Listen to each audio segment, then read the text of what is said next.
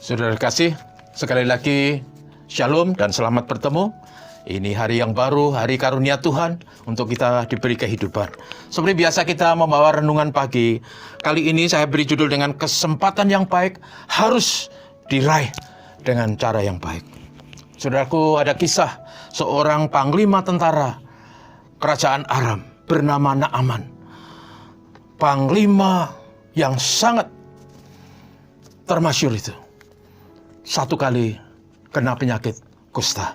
Dan penyakit kusta pada zaman itu adalah bukan saja penyakit yang susah disembuhkan atau bahkan tidak bisa disembuhkan, tapi penyakit itu adalah sebuah penderitaan panjang, sebuah kehinaan, sebuah situasi di mana dia akan dipandang najis oleh orang sekitarnya. Penyakit yang amat sangat memalukan.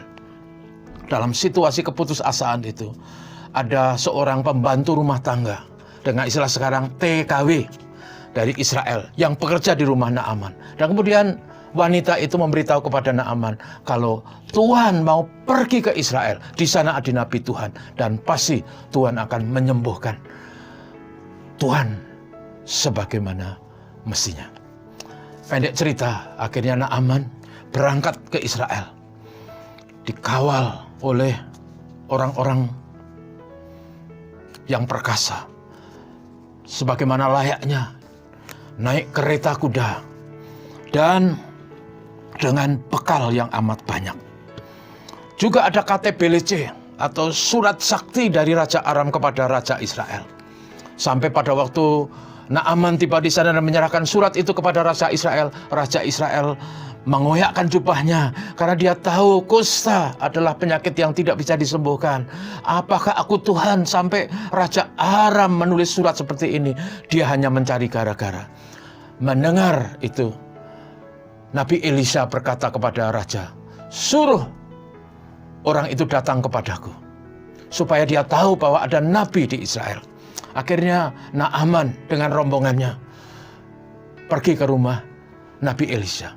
Sampai di sana Elisa tidak menyambut. Elisa hanya menyuruh pembantunya untuk menemui Naaman dan memerintahkan Naaman untuk pergi ke Sungai Yordan mandi selama 7 kali. Naaman tersinggung sebagai seorang prajurit jenderal berbintang 4, tidak diorangkan dan bahkan hanya disuruh mandi di sungai. Sebuah perintah yang merendahkan. Akhirnya Naaman putuskan untuk kembali. Tetapi para pengawal berkata, Tuhan kalau mau sembuh, bukankah itu perintah yang sangat mudah? Kenapa Tuhan marah? Ayo pergi saja ke sungai dan mandi. Akhirnya Naaman reda dan pergi ke sungai, mandi mencelupkan dirinya 7 kali. Dan ajaib, beliau disembuhkan. Kulitnya bersih bahkan seperti kulit orang muda. Kemudian begitu sukacita Naaman atas peristiwa itu. Dia akhirnya memutuskan untuk kembali ke rumah Nabi Elisha. Dia ingin membawa persembahan terima kasih. Dia ingin mengucapkan terima kasih dengan pemberian. Sampai di rumah Elisha, Elisha menolak pemberian itu. Walaupun itu adalah tanda terima kasih, bukan gratifikasi. Elisha berkata, terima kasih Tuanku, silakan pergi dengan selamat. Go in peace. Lalu pergilah Naaman dengan rombongannya. Pembantu Elisa, namanya Gehazi, melihat kesempatan emas. Dia merasa bahwa Nabi Tuhan itu terlalu sungkan kepada Naaman sampai tidak mau menerima pemberian. Lalu dia mengambil keputusan, ini kesempatan emas untuk saya mendapatkan sesuatu dari Naaman. Kapan lagi ada kesempatan? Dan akhirnya Gehazi lari mengejar Naaman. Rombongan Naaman melihat ke belakang ada orang berlari-lari. Tentu saja ini bukan dilihat dari spion, karena waktu itu belum ada spion. Lalu akhirnya rombongan itu berhenti dan menyambut orang yang lari-lari itu, yaitu Gehazi.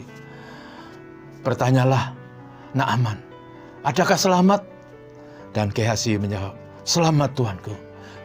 Ini kata Gehazi, minta maaf, saya disuruh oleh tuanku, oleh Nabi Elisha, untuk minta 1 talenta perak dan 2 setel pakaian. Karena baru saja tiba-tiba ada 2 orang muda dari pegunungan Efraim yang datang berkunjung kepada Nabi dan mereka memerlukan pertolongan.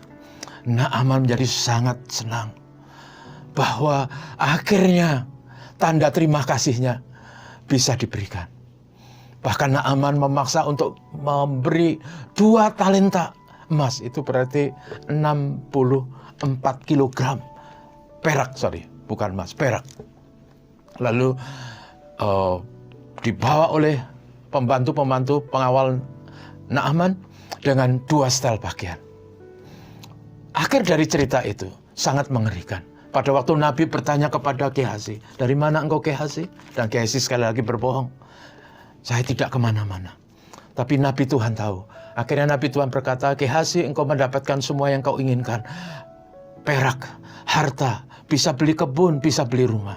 Tetapi kau harus membayar mahal. Saat itu juga Gehazi kena kusta.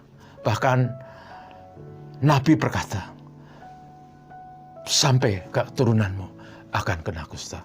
Saudaraku, apa yang dilakukan Gehazi? Dia memanfaatkan kesempatan, tapi dengan cara yang licik. Dan karena itu, dia membayar dengan mahal. Saudara, kesempatan yang baik dalam sudut pandang Alkitab harus diraih dengan cara yang baik. Mari kita menjadi orang beriman yang selalu ingat itu, bahwa kesempatan yang baik harus diraih dengan cara yang baik. Itulah etika Kristen, tata krama, tata hidup Kristen. Kiranya Tuhan memberkati kita. Mari kita berdoa. Terima kasih Bapa Surgawi.